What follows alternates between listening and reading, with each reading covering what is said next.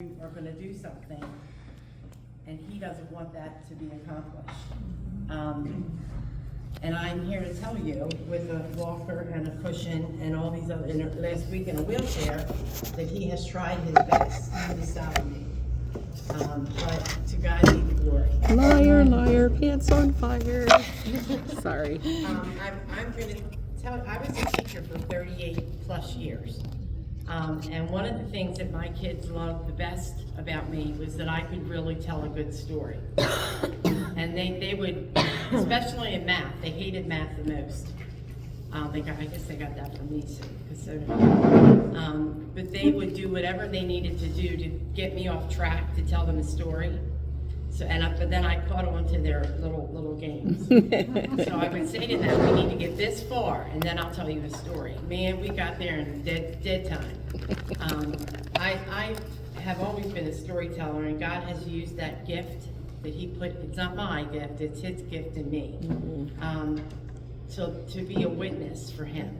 He asked me to be a woman of His word and to write for Him a long time ago. I was like Hannah was saying about a 5-year-old under the table today. I was a 5-year-old stomping my feet for a long time, and I didn't write. I had it up here, but I didn't have it here. And when COVID hit, He said to me, I asked you to write for me. And so I sat down and wrote this book. I did it in 2 weeks because it was here, but He put it here, and He literally said to me, now, and I sat down and I just typed. So if you enjoy the story I'm going to share with you today, today is not a joyous story, but God wins in the end. So if you enjoy this story, you may enjoy these other stories. It was funny, I gave a book to Vicki, and I guess about a month ago, I got a text from her, and it said, I love it, I could hug you, you're wonderful, and God put you in my life, and I'm like, what are you telling me this for? And so I called her, and she said, I read the book. So I think it will definitely be a blessing to you, especially if you're in a hard place, because it's stories of how He has come through for me and for my husband and I over and over and over again. And Jennifer and I were talking this morning, you don't always see it when you're in it, but you see it down the road. On the other and side. That's what this is. It's a story of a book of stories up down the road, because He has been faithful. You are going to get a little handout a little bit that I'm going to share with you, and there's a picture on that handout of two. I'll let you see it from here. It looks like that.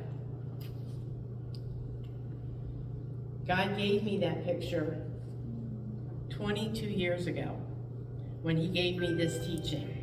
I know, thank you.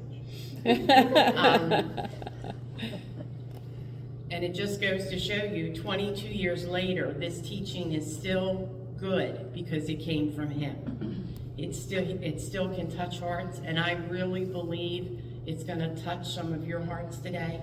I pray that it does, because I know there are no mistakes in His kingdom. Amen. And He gave this to me to give to you, so somebody's going to be touched today. I hope all of you are going to be touched in some way. I'm pleased to be sharing a teaching with you that God gave me over 23 years ago. I can testify that His teachings have just as much impact from years ago as they have today. Proverbs 4:23 says, above all else, guard your heart, for everything you do flows from it. We all know that when a heart is broken or shattered, the life that is lived is just as broken. Can you attest to that? yeah, true. And so that's why this is your vessel in His hands being healed. I have been moved listening to many of you, dear sisters, sharing your testimonies over the last few months, and have mentally checked off similarities I experienced in my own life. Have you done that when you listen to somebody here going, oh yeah, I did that, oh yeah. These moments have built a bridge of commonalities of sorts, making it easier to relate to you and learn from your wisdom as you overcame them. My journey resembles those shared as I strive to be a rescuer and a fixer in a home that was a prime example of dysfunction, violence, and emotional abuse. My past was filled with mistrust, letdowns, abandonment, sexual assaults, and a declaration over me on the day I was born that my father wished I had been a boy. My mom was my best friend, and she used that friendship to further drive a wedge between my father and me. Not that he needed any help, but it consolidated her desperate dependence on me. Tom, that's my husband, waited patiently for me for 5 years until I realized you can't fix something whose payoff is much greater broken than fixed. Take a minute to think about that. Say it again.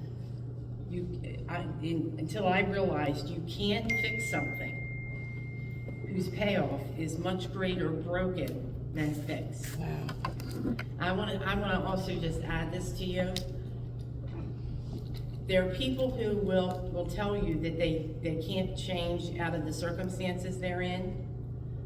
And it's not because they don't want to, it's because the behaviors they have learned are much more easy to stay within than to get it to move into something new. Does that make sense? Just like this. It's easier for me to be broken than it is for me to be fixed. Does that make sense? Okay.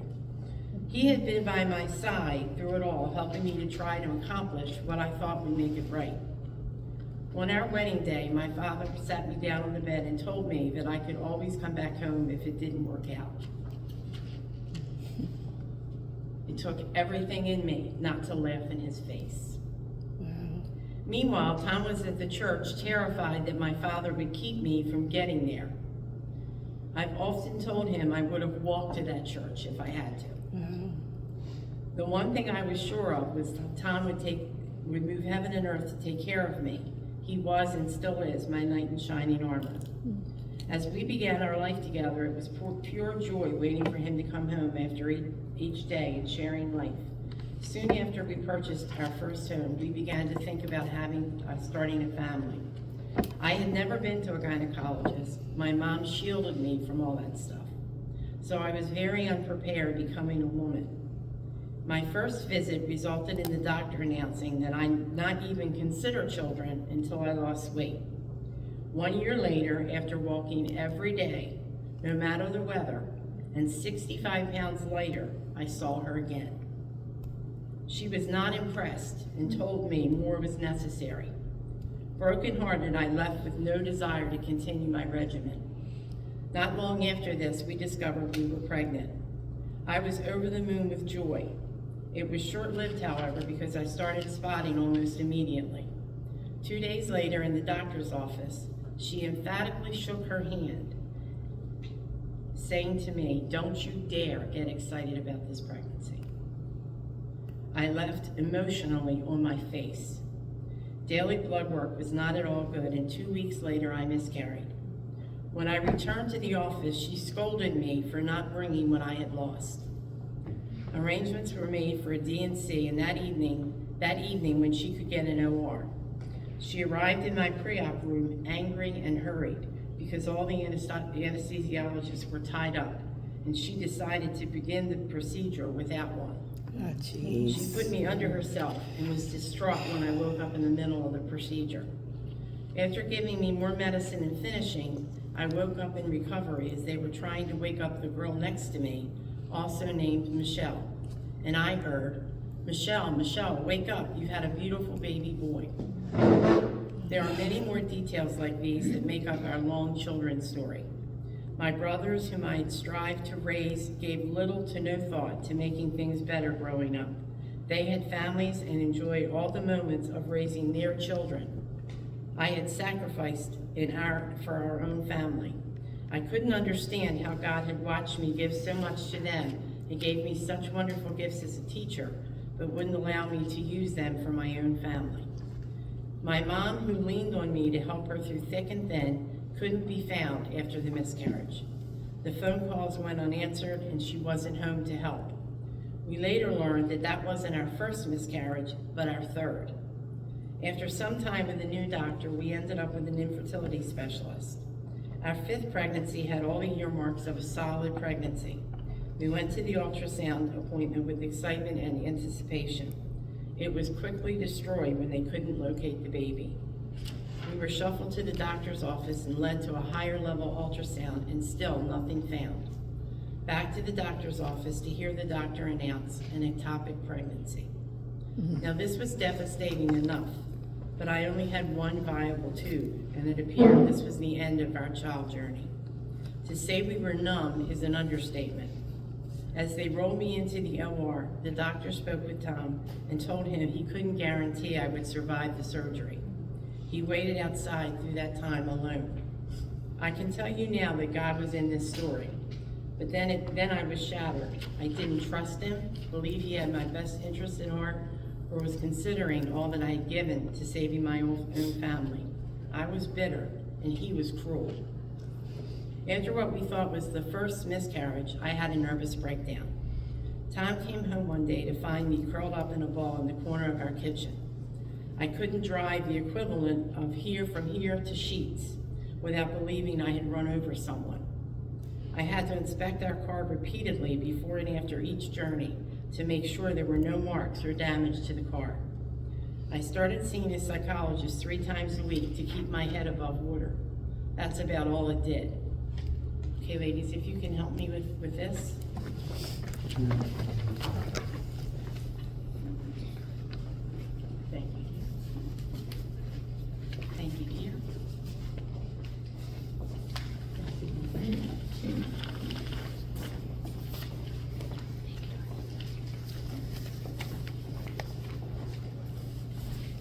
When the clouds started to clear, and God had done some amazing things in me, my father-in-law gave me a book called Stories from the Heart, because he knew I love stories, and he knew that I love my kids telling them stories, so he thought it was a good gift. This story was the story on the inside of your book, your pamphlet, was in this book. I have used it many, many times because it so clearly illustrates where I was. Humpty Dumpty sat on a wall. Humpty Dumpty had a great fall. All the king's horses and all the king's men couldn't put Humpty together again. But soon the king himself heard of Humpty's fate, and he was deeply disturbed. So setting aside his royal finery disguised as a common peasant, the king slipped unnoticed through the majestic palace gates and into the rough and tumble street life of his kingdom. The king meandered through the back streets and alleys in search of Humpty. After several days and nights, a persistent monarch found him. Humpty's shattered body was scattered over a 10-foot circle amidst the broken glass and flattened beer cans of the alley. Though weak from his searching, the king was overjoyed at the sight of Humpty. He ran to his side and cried, "Humpty, it is I, your king. I have powers greater than those of my horses and men who failed to put you together again. Be at peace, I am here to help." "Leave me alone," Humpty's mouth retorted. "I've gotten used to this new way of life. I kind of like it now." "But," was all the king could get out before Humpty continued, "I tell you I'm fine. I like it here.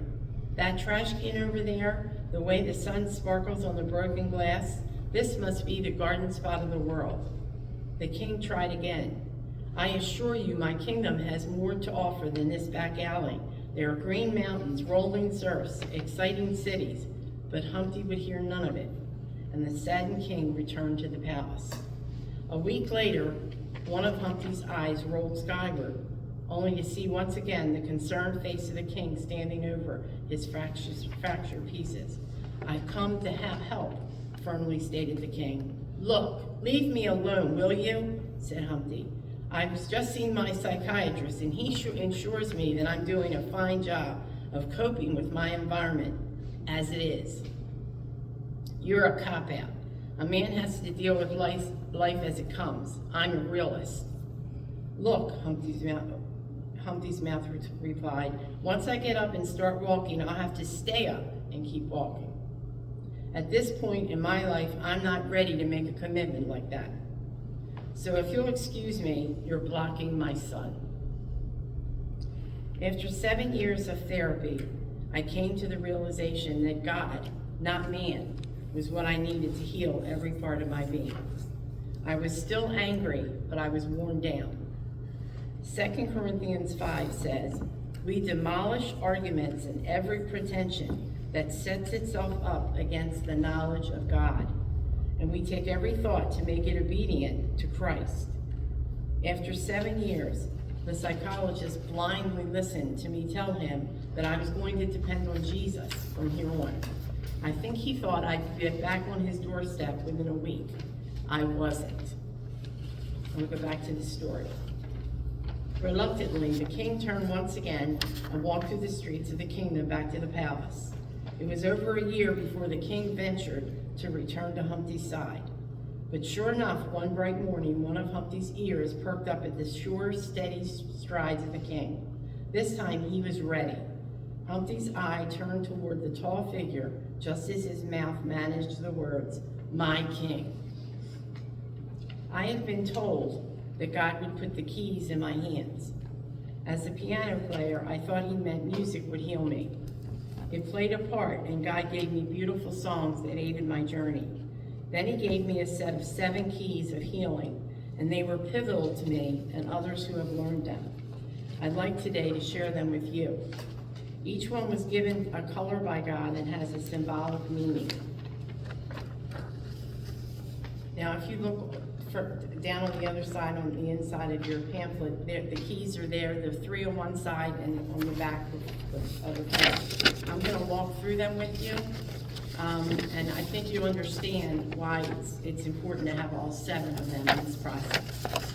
Key 1 is labeled Desperate Desire. God told me to label this key white. And when I asked him why, he reminded me of a morning that it took me 2.5 hours to get to school on the ice. My hands ached just moving my fingers back and forth because I had clutched that steering wheel in a death grip. It was a white-knuckle journey. Just like the moment I cried out to him with desperation in my soul. There are so many stories that are shared in the Bible about similar people who searched for healing. Matthew 9, verses 20 through 22 shared the story of a woman with the issue of blood who knew if she only got close enough to touch the hem of his garment, she would be healed. Mark 2, verse 4 shares the story of men who carried their friend through the streets of a town to a home where Jesus was ministering. When they arrived, there was no way to get in, so they climbed onto the roof of the house, took it apart, and lowered him in to receive his healing. They did that because they were desperate. That woman wanted to touch his hem because she was desperate, and she had tried all the other things she could try to have that issue taken care of. Key 2 is labeled Praise and Worship. When the Israelites went to battle, they were led into battle by the worshipers. Did you know that the worshipers went first? They did that because that Psalm 22:3 says God inhabits the praises of his people. The color pink invokes feelings of comfort, warmth, and hope. Isaiah 61 says, to appoint unto them that mourn in Zion, to give unto them beauty for ashes, the oil of joy for mourning, the garment of praise for the spirit of heaviness. Psalm 21:6 says, surely you have granted him eternal blessings and made him glad with joy in your presence. Psalm 31:20 says, in the shelter of your presence, you hide them from the intrigues of men. In your dwelling, you keep them safe from accusing tongues. Acts 2:28 says, you have made known to me the paths of life. You will fill me with joy in your presence. Key 3 is called Pressing into his presence. This key is purple. It's one of my favorite ones. As we are daughters of the one true King, we are a royal priesthood. 1 Peter 2:9 says, in his presence we are entitled to ask, seek, and knock. Whoever asks, receives. Whoever seeks, finds. And whoever knocks, it will be opened to him. It doesn't say, if you do A, B, and C, and you ask, you will receive. If you do D, E, and F, and you seek, it will be given to you. It doesn't say that. It says, if you do those 3 things will be answered. There are no prerequisites. No, before this happens, you have to do this. That's not written there. And we know that's truth. Whoever asks receives, whoever seeks finds, and whoever knocks, it will be open to them. Matthew 7:7-8. James 4:8 tells us, as we draw near to God, he draws near to us. Hebrews 11:6 says, without faith, it is impossible to please God. He is a rewarder of those who seek him. Isaiah 40:31 says, but those whose hope is in the Lord will renew their strength. They will soar on wings like eagles. They will run and not grow weary. They will walk and not be faint. Psalm 16:11 says, you make known to me the path of life. You fill me with joy in your presence and eternal pleasures at your right hand. Key 4 is called honest surrender. It's red because of the honest surrender that Jesus Christ made as he gave himself and his life for ours. The important thing about this key is that it cannot be a counterfeit surrender. If you get this far and you get to this point and you're not ready to make that surrender, then you need to spend time with Jesus to get to that point. Because if you fake this one, you're not going to get the results that you're looking for. You are only fooling yourself if the surrender isn't honest.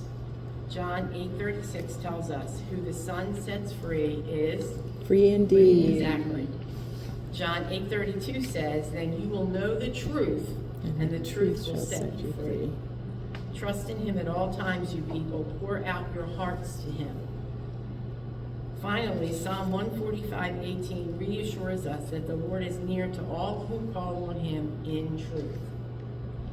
Key 5 is faith and trust. And this is the hardest, still is the hardest one for me. Trust is a very difficult concept for me. I never had it when I was young, and I guess you miss that and you spend your life trying to figure out what it's like and hold on to it once you found it. I think it's a big problem for people. I think faith is a problem in and of itself, because when you had so many things done to you or had happened to you, it's hard for you to believe that something good's going to come or something good's next coming.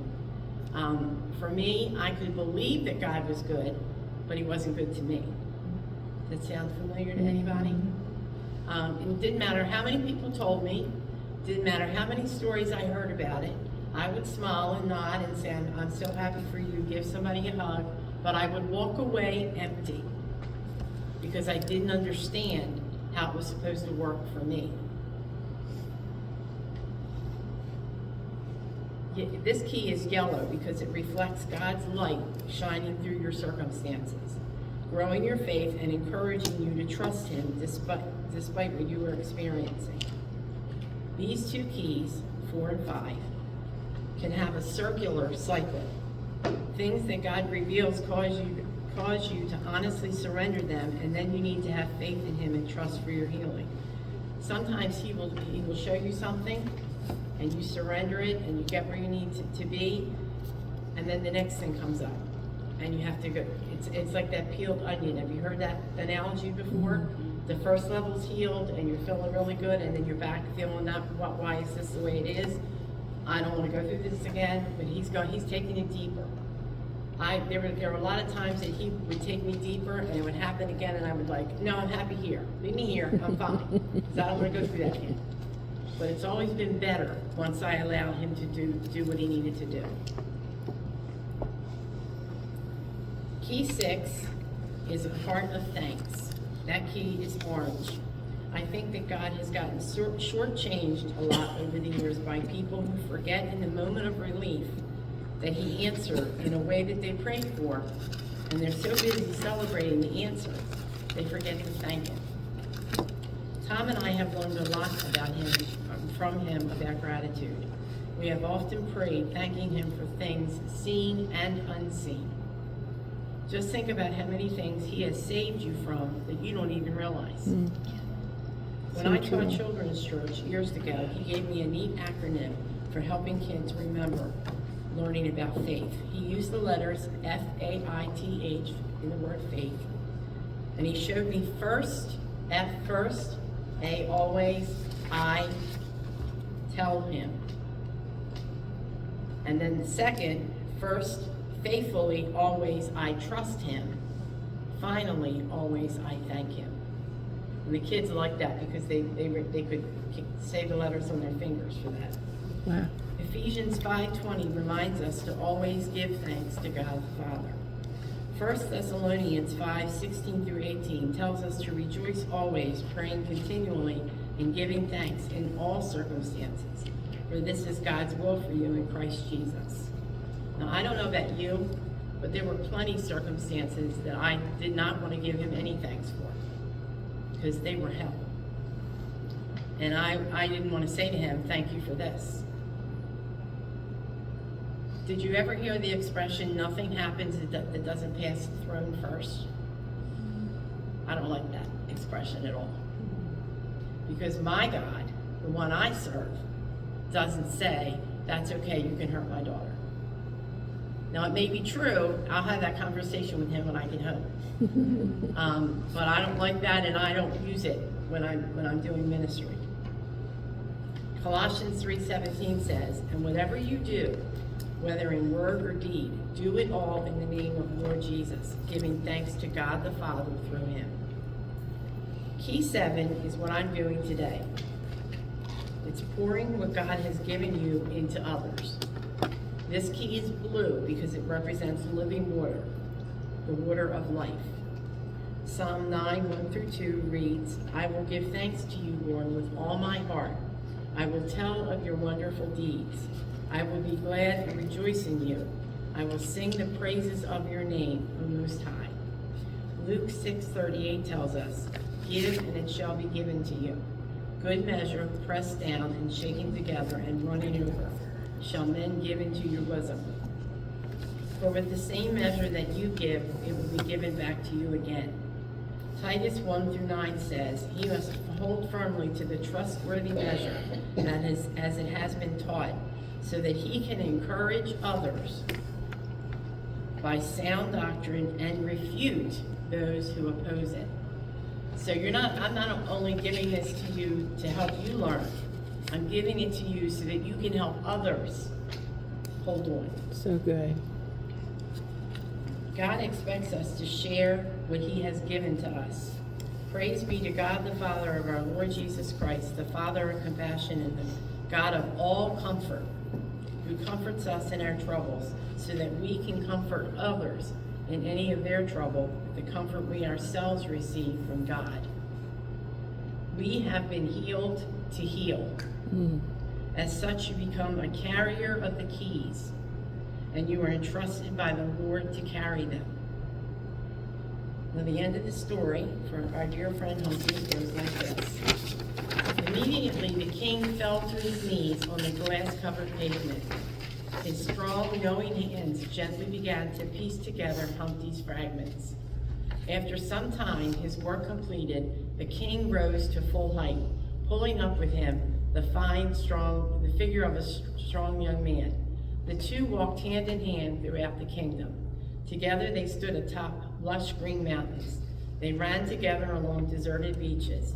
They laughed and joked together as they strolled the gleaming cities of the king's domain.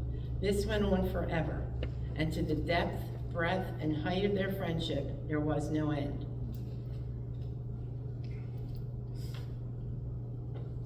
Once while walking together down the sidewalk in one of the king's cities, Humpty overheard a remark that made his heart leap with both the joy of his new life and the bitter memory of the back alley. Someone said, "Say, who are those two men?"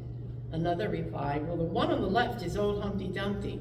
I don't know the one on the right, but they sure look like brothers." Now, believe it or not, God has been giving me more and more understanding of this story all week as I prepared for this.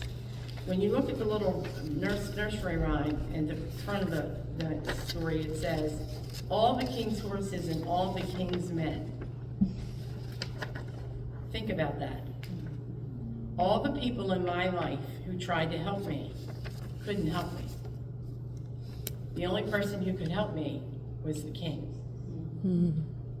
And the king never stopped thinking about Humpty, even though he wasn't in that alley with him.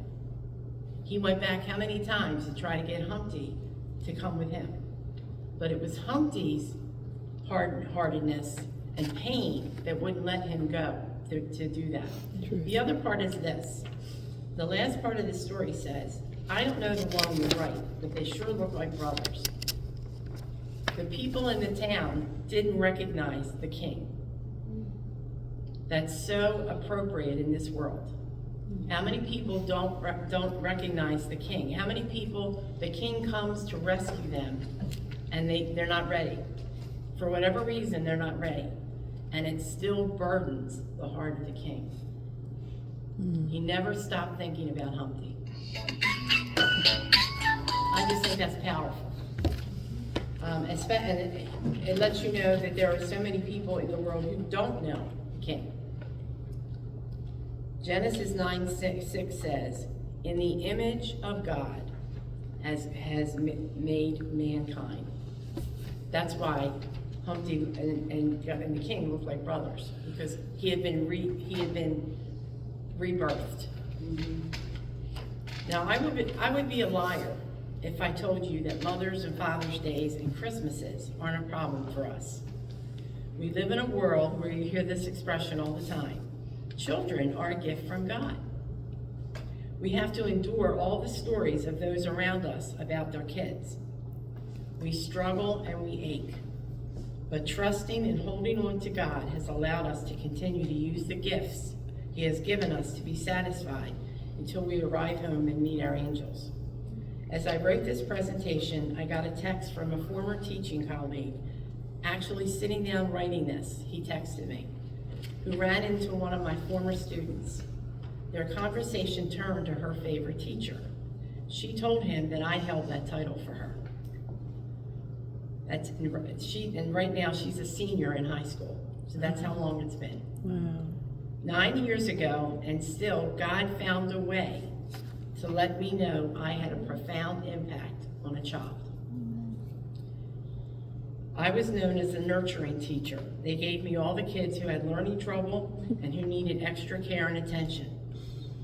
God had said no to me when it came to my having children, but He gave me the privilege of teaching over 800 of His children.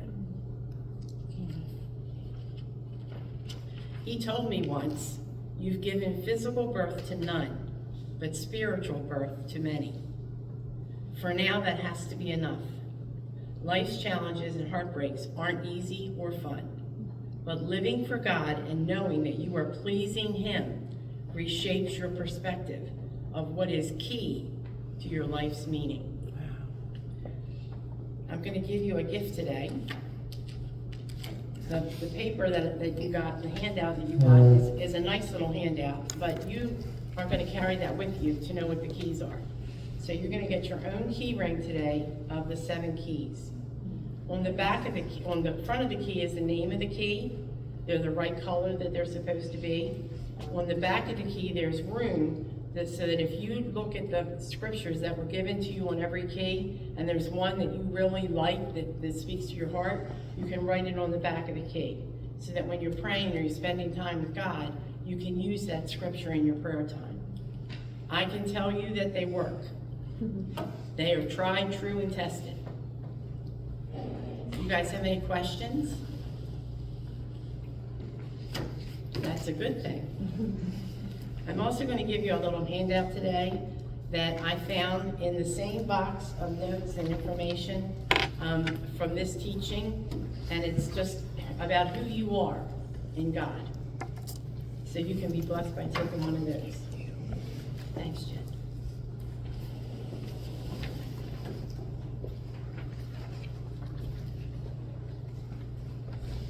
I think one of the neat things about this is, as she shared with me when we sat down in her home about this teaching, I found a kinship in our spirits, coming from being a teacher myself and always struggled with feeling inadequate.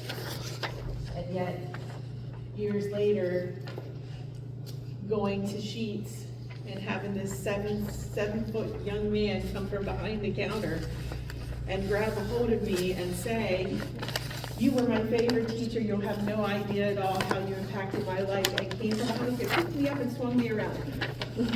And I bawled like a baby because you never realize how you can impact somebody else's life. It's so key. It's so key. Oh, it's right. Okay.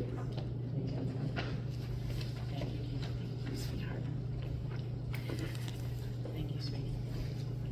I really feel like, as I was preparing for today, that God wanted to do something. I don't know who, everybody, I hope, but I really believe that there was going to be some chain broken.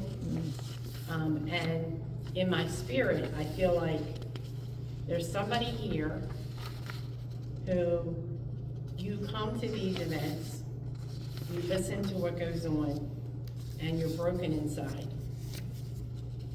And you leave the same way you come in.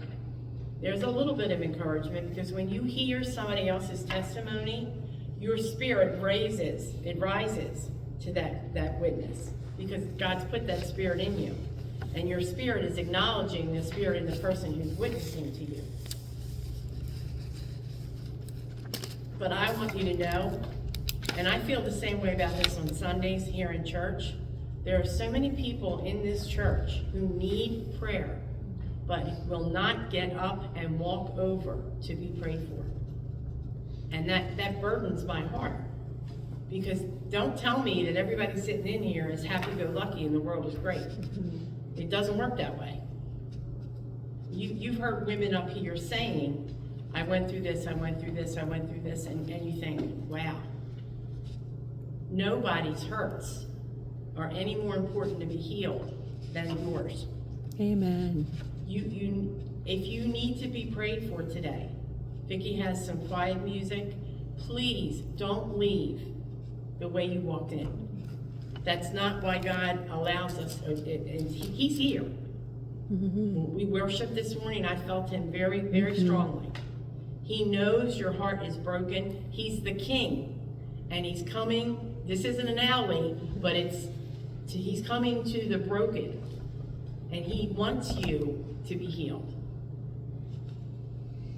And I want to pray with you to have that happen. So we'll just spend some quiet time. If you feel like